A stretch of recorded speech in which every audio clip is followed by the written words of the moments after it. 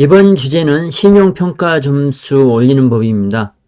신용평가 점수가 중요한 이유는 대출을 받을 때 영향을 주기 때문입니다. 대출 가능 여부도 달려있고 대출이 되더라도 대출 한도와 금리도 개인 신용평점에 따라 달라집니다. 특히나 금리가 가장 큰 영향을 받게 됩니다.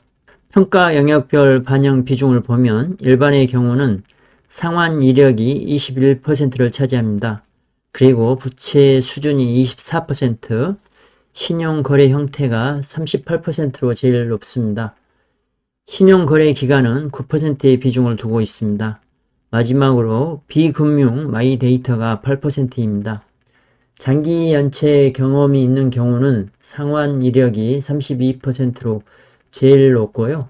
부채 수준은 25%, 신용거래 기간 5%, 신용거래 형태 27%, 비금융 마이데이터 11%입니다. 상환 이력을 자세히 살펴보면 채무의 적시 상환 여부 및 그 이력에 관한 정보로 5영업일 10만원 이상 연체를 지속하는 경우 평가에 활용되는데요. 8영업일 이전 연체 상환 시 연체 이력은 활용되지 않습니다. 특히 90일 이상 연체는 장기 연체로 분류되어서 영향력이 크게 작용합니다. 연체를 상환하면 부정적 영향이 축소되기는 하지만 연체 경험 정보는 적게는 3년에서 5년간 활용됩니다. 신용평가를 잘 관리하기 위해서는 연체를 하지 않는 것이 아주 중요합니다. 특히 돈이 있는데도 불구하고 이체일을 잘 관리하지 않아서 신용평가를 나쁘게 받는 것은 나중에 높은 이자를 감당해야 합니다. 이자의 차이는 2%, 많게는 3%, 4, 5%도 날 수 있습니다. 다시 하겠습니다. 이자의 차이는 적게는 1, 2%날 수도 있고요. 많게는 4, 5% 차이가 날 수 있습니다. 2, 3% 보통 차이 난다고 봤을 때를 기준으로 말씀드리겠습니다. 투자를 하다 보면 억 단위로 빌리게 되는데요. 1억을 빌린다면 1년 이자만 200만원에서 300만원 차이가 날 수 있습니다. 3억 원을 빌린다면 900만원까지 차이가 날 수 있다는 뜻입니다. 신용평가 점수를 올리는 것은 돈을 많이 버는 만큼이나 중요합니다. 연체를 하는 것은 신용평가를 잘 받기 위해서는 꼭 피해야 할 일입니다. 물론 상황상 어쩔 수 없이 연체를 하는 것은 어쩔 수 없지만 관리 소홀로 연체를 만드는 것은 꼭 피해야 할 일입니다. 부채 수준은 신용평가에서 24% 수준을 차지하는데요. 절대적인 금액보다는 카드론 대출 등의 금액이 중요해 보입니다. 금액이 크더라도 담보대출이고 상환을 잘한다면 신용등급 1등급을 받는데 영향을 주지 않는 것으로 보입니다.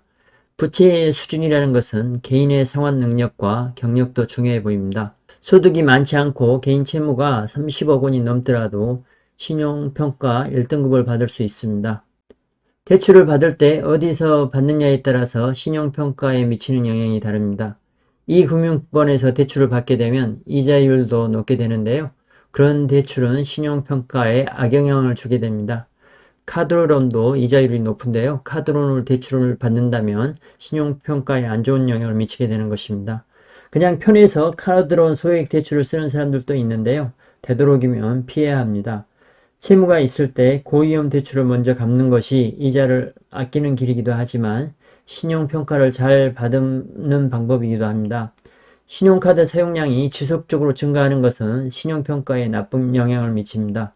소비를 지속적으로 늘려나가는 것은 신용평가에 악영향을 미치는 것입니다.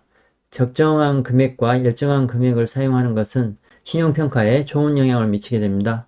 대출이나 카드 사용을 오랜 기간 정상적으로 이용하게 되면 기간이 길어질수록 신용평가에 유리합니다. 비중은 높지 않지만 이 부분도 중요한 요소입니다. 채무가 전혀 없는 사람들 중에 신용평가 점수가 나쁜 사람들이 있는데요. 신용거래기관에서 전혀 점수를 얻지 못하기 때문입니다. 신용거래 형태가 차지하는 비율이 38%나 됩니다. 1금융권에서 대출을 받는다면 대출 이자가 싼데요. 싼 이자 대출을 보유하고 있으면 신용평가에 긍정적인 영향을 미칩니다. 개인적으로 소득신고는 적고 채무가 많지만 대출 전체가 1금융권 수준의 은행에서 대출을 받아서인지 신용등급 1등급을 유지하고 있습니다. 카드 이용 형태 등도 영향을 미치게 되는데요. 할부보다는 일시불 사용이 좋은 영향을 미치는 것으로 보입니다. 카드 사용이 지속적으로 늘어나는 것은 감점 요소가 됩니다. 체크카드를 지속적으로 이용하는 것도 신용평가에 좋은 영향을 미칩니다. 체크카드는 현금 사용과 같기 때문에 연체될 수가 없어서인 듯합니다. 현금으로 사용하는 것보다 체크카드를 이용해서 결제하는 것이 신용평가에 단기카드 대출 이용은 신용평가에는 마이너스 요소입니다. 비금융 마이데이트라는 항목도 있는데요. 그리 높지 않은 비중인 8%를 차지하고 있습니다. 성실납부 등록이라는 평가 요소가 나오는데요. 세금 부분인 것으로 보입니다. 세금을 성실히 납부했는가를 보는 것입니다. 대출을 받을 때 지금 현재 납부하지 않은 세금이 없는가를 보는 지방세 납세증명서, 국세 납세증명서 등을 요청받게 됩니다. 신용조회 정보는 예전에는 반영이 되었는데요. 현재는 반영이 안 되는 상태로 바뀌었습니다.